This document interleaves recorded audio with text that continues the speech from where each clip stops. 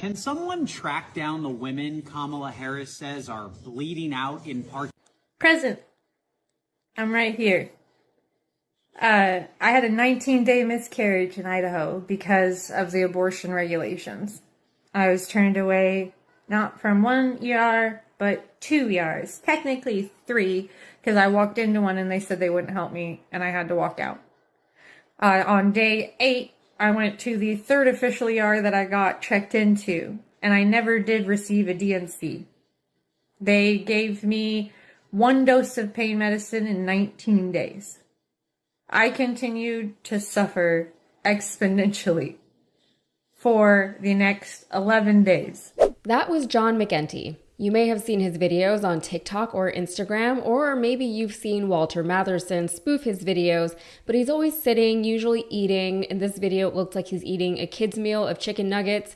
And then he always presents some very conservative talking point or a criticism of a liberal or progressive talking point in a succinct, snarky way, as if he's just wondering about things and shrugging. It's a perfect format for short-form political content, the kind of content where you don't want your audience to think too hard about what they just watched. You don't want to discuss or explain your point at all. You just want to plant seeds in their minds, maybe enrage them to the point of actually engaging with your content. You just want to make them feel like their half-baked beliefs are fully cooked and set.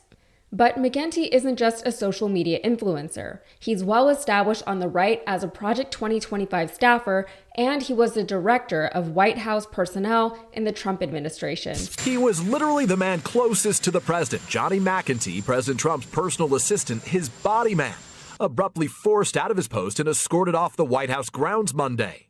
NBC News confirming McEntee is under investigation by the Secret Service for serious financial crimes. According to the Wall Street Journal, McEntee was a habitual gambler, betting tens of thousands of dollars at a time, and was deemed a security risk as a result. Then Chief of Staff to the President, John Kelly, effectively had him tossed off the White House premises. We should note he was not ever charged with a crime. But in spite of it all, McEntee is nothing if not loyal to Donald Trump. Former college football player and Fox News production assistant, was such a strong believer in Trump's message that back in 2015, he repeatedly cold emailed the Trump campaign begging for a job before the campaign eventually brought him on as a volunteer and then as a paid staffer. McEntee was so committed to the cause that he worked out of this space in Trump Tower, 3 walls and an unfinished floor. He, like vice presidential candidate J.D. Vance, is backed by tech billionaire Peter Thiel, and he founded a Trumpy right-wing dating app called Date Right Stuff. I hate that name, by the way. I think it's clunky, and I think that maybe he could have done better. So in the video you just saw, McEntee insinuated that women in this country are not actually suffering as much from abortion bans as Democrats, specifically Kamala Harris, keep saying they are. He acts as though just because he doesn't know anyone who's experienced the negative side of these red state abortion bans, they're probably not real. At least he wants his audience to believe that they're not real. Unfortunately for him, his video went viral, so the women that he was asking about, they made themselves known, either by posting video responses of their own horrifying stories or detailing their stories in the comments. Here are just a few of the responses. One woman said, "My water suddenly broke and I went to the ER. They sent me home. Started cramping and went back to the ER. I miscarried at 17 weeks in the restroom at the ER because I wasn't deemed an emergency." So it doesn't sound like she was trying to kill her baby. Another woman said, "I was told when I had a possible ectopic pregnancy that I would have to wait until it made me septic to get the surgery to save my life." That is solid medical advice right there. Wait until you're nearly dead and then we'll do our best to reverse course. And one more, "Had a cyst burst inside my uterus while pregnant, causing a miscarriage. The on-call doc said it's best to wait a week to see if it comes out naturally. Now I can have 0 children because my uterus is gone." That was a preventable outcome, and again, this is coming from a woman who wanted to have children, and now she can't. Meanwhile, Republicans can't seem to stop criticizing women for being childless. And personally, I don't have his story because I will be 36 years old this October. I'm getting married a few weeks later in November, and I'm too scared to get pregnant in this big, stupid state. Because as healthy as I think I am, and as much as I've never wanted to abort a baby, you just have no idea what will happen once you get pregnant. You can only plan ahead so much, and every woman knows that, or they should know that. Before I wrap this video, I want to speak very quickly about McEntee's word choice in the video. As I alluded to just now, I live in a red state. I live in Texas. So when he started off with, can someone track down the women? My first thought went to what my state's Attorney General, Ken Paxton, is trying to do to women here in Texas.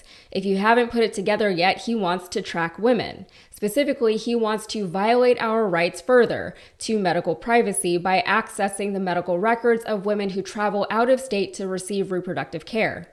And here in Texas, traveling for hundreds of miles out of the regressive deep south just to get to a state that will actually take care of pregnant women is the only hope some women have of either having a healthy pregnancy or accessing life-saving abortive care.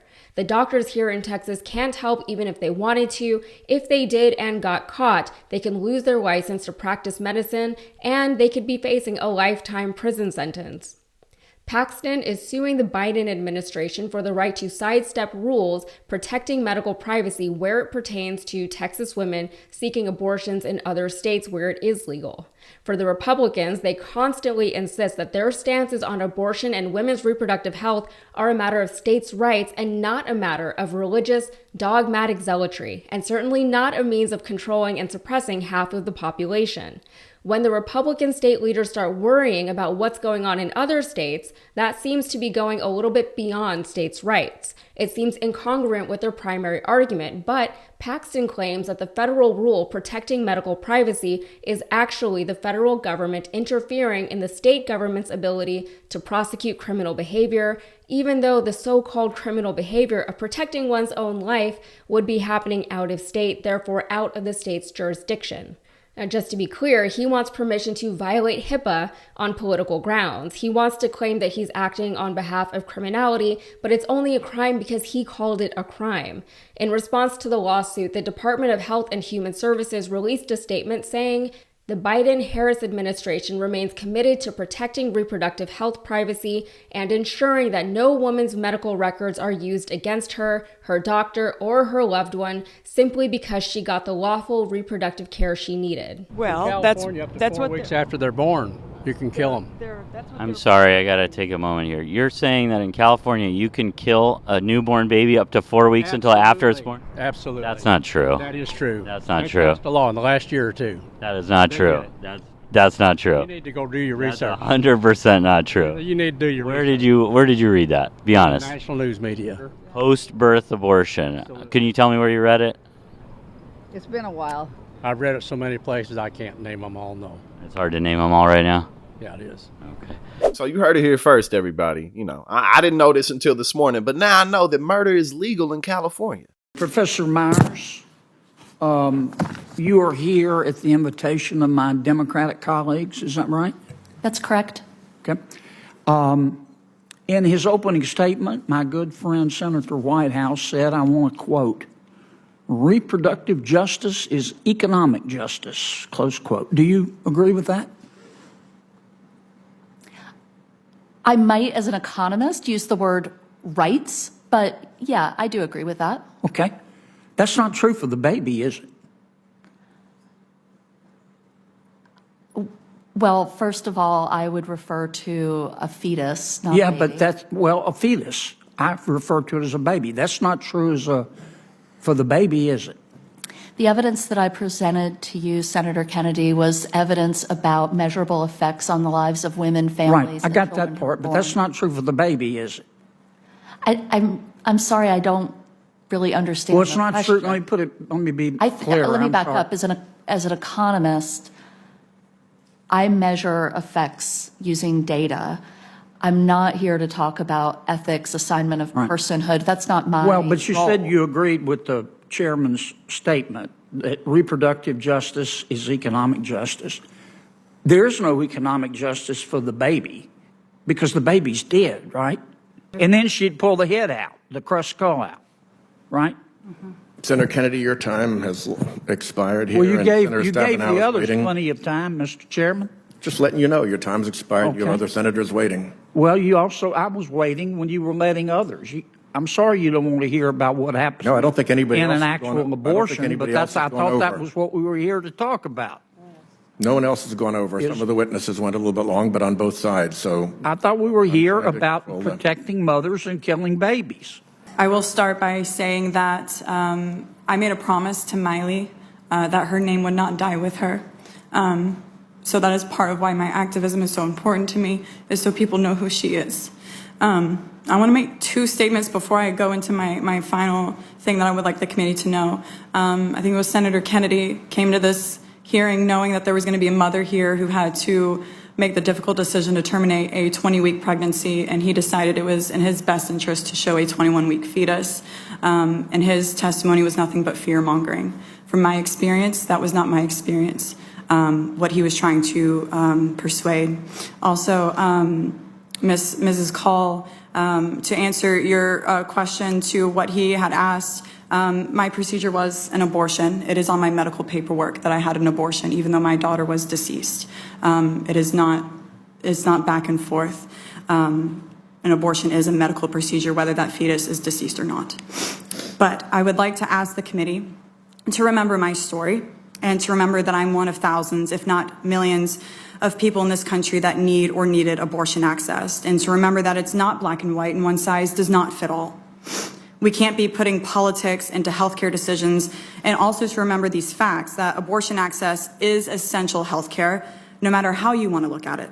It's essential healthcare for so many, and exceptions don't work. I'm a living testimony to that.